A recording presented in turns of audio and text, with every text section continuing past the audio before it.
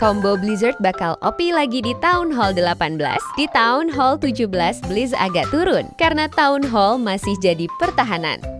Super Wizard sering kepancing mati. Kena ledakan Town Hall dan Poise. Tapi di Town Hall 18, Town Hall bukan pertahanan lagi. Artinya, Blizzard jadi jauh lebih aman.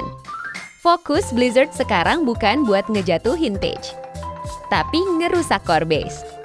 Kalau core udah rata, follow up apapun jadi lebih gampang.